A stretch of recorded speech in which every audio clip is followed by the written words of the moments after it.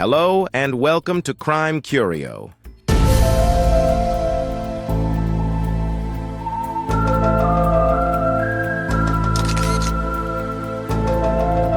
The show where we explore some of the most shocking and heartbreaking cases of crime and justice.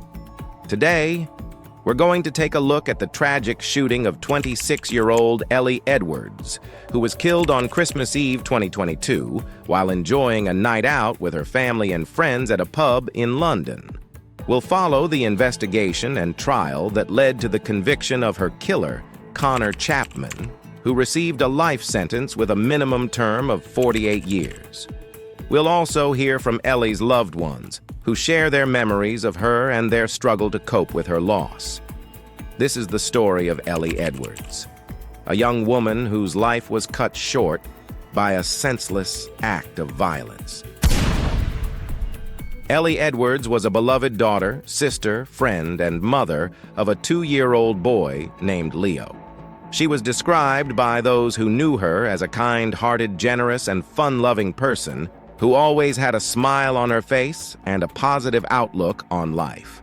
She worked as a receptionist at a local hotel where she was popular with both the staff and the guests. She had a passion for music and dancing and enjoyed spending time with her family and friends.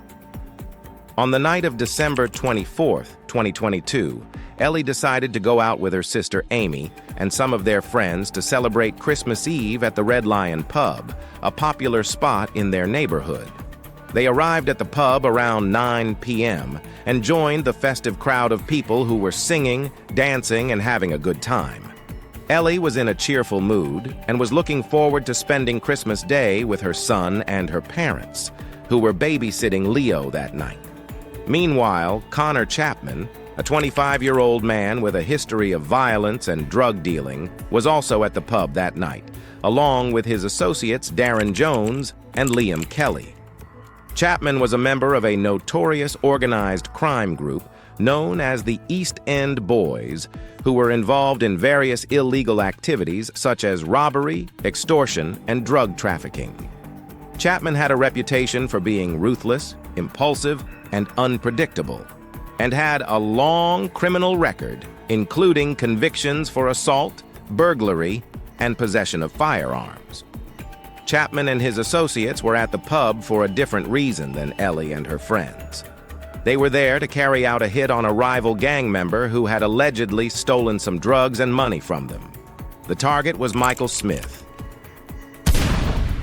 a 28-year-old man who was affiliated with another crime group known as the West Side Crew. Smith was also at the pub that night, along with his girlfriend Sarah Jones and some of his friends.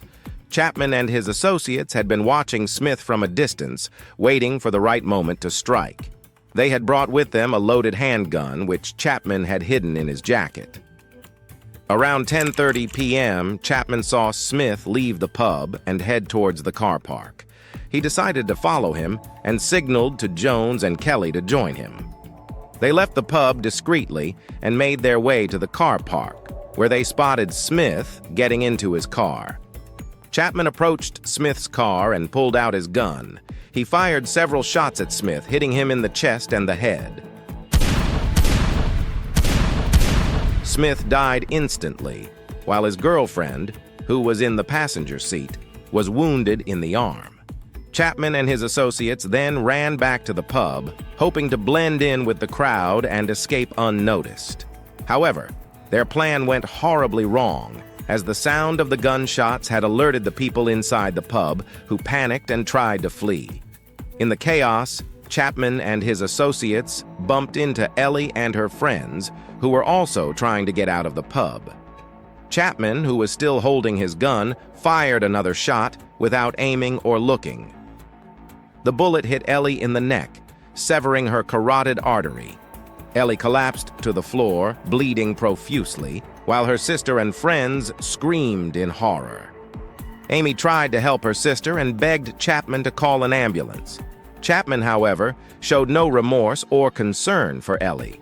He pushed Amy aside and ran out of the pub along with Jones and Kelly. They got into a car that was waiting for them outside and sped away. The police and the paramedics arrived at the scene shortly after and found a scene of carnage and terror. They found Smith's body in his car and his girlfriend, who was still alive, in shock. They also found Ellie's body on the floor of the pub, surrounded by her distraught family and friends. They tried to revive her, but it was too late. Ellie was pronounced dead at the scene, just a few hours before Christmas Day. The police launched a massive manhunt for Chapman and his associates, who had fled the scene. They reviewed the CCTV footage from the pub and the car park and identified Chapman as the shooter. They also found forensic evidence, such as fingerprints and DNA, that linked Chapman to the crime. They issued a nationwide appeal for information and offered a reward of $50,000 for any leads that could help them catch Chapman. Meanwhile, Ellie's family and community were devastated by her death and struggled to make sense of the tragedy. They held a vigil for Ellie at the pub, where they lit candles, laid flowers, and sang songs in her memory. They also organized a funeral for Ellie, where hundreds of people attended to pay their respects and say their final goodbyes. Ellie's son, Leo, who was too young to understand what had happened, was comforted by his grandparents, who vowed to raise him with love and care. Ellie's family also spoke to the media and expressed their grief and anger at Chapman, who had taken away their precious daughter, sister, and mother. They described Ellie as a beautiful, caring, and loving person who had a bright future ahead of her.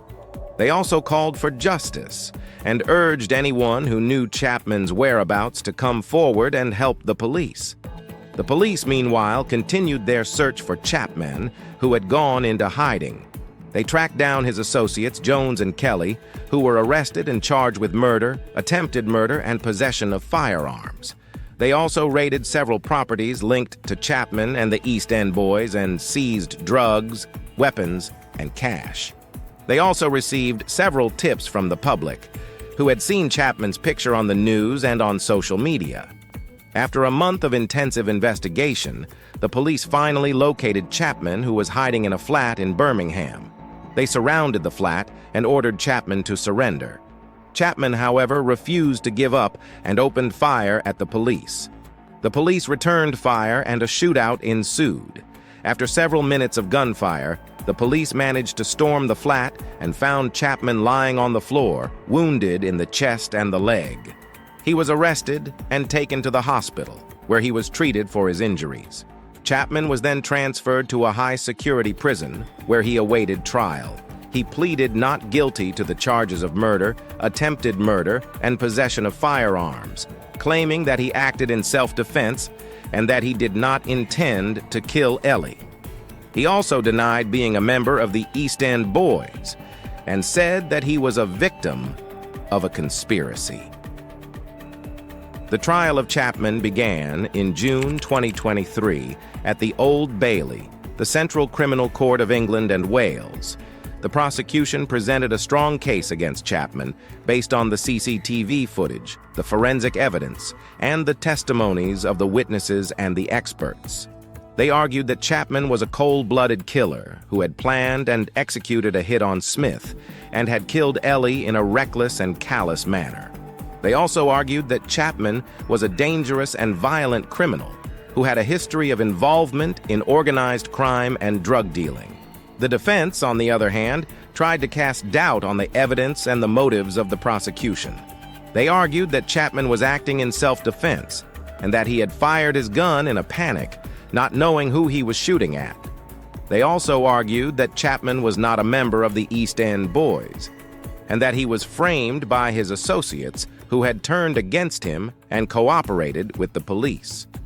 They also tried to portray Chapman as a troubled and misunderstood young man who had a difficult upbringing and a history of mental health issues. The trial lasted for 3 weeks, and the jury deliberated for 2 days. They reached a unanimous verdict and found Chapman guilty of all the charges. The judge then sentenced Chapman to life in prison with a minimum term of 48 years. He said that Chapman had committed a horrific and senseless crime and that he had shown no remorse or empathy for his victims. He also said that Chapman was a danger to society and that he deserved to spend the rest of his life behind bars. The sentencing of Chapman brought some closure to Ellie's family, who had been waiting for justice for over 6 months. They expressed their relief and satisfaction with the verdict and thanked the police and the prosecution for their hard work and dedication. They also said that they hoped that Chapman would reflect on his actions and realize the pain and suffering he had caused. They also said that they hoped that Ellie's death would not be in vain and that it would raise awareness and spark action to reduce gun violence and crime in the country. Ellie's family also said that they would always remember Ellie as a wonderful, joyful, and loving person who had touched the lives of many people. They said that they would always cherish the memories they had with her, and Ellie's family also said that they would always remember Ellie as a wonderful, joyful, and loving person who had touched the lives of many people. They said that they would always cherish the memories they had with her, and that they would keep her spirit alive in their hearts. They also said that they would do their best to raise Leo, Ellie's son, with love and care, and to teach him about his mother and her values. They said that Ellie was their angel, and that they hoped she was at peace in heaven. This is the end of our episode of Crime Curio, where we explored the tragic shooting of Ellie Edwards, who was killed on Christmas Eve 2022. We hope you enjoyed this episode and learned something new and valuable. If you like this video, please give it a thumbs up and subscribe to our channel for more true crime stories. Thank you for watching and stay tuned for our next episode. Goodbye and stay safe.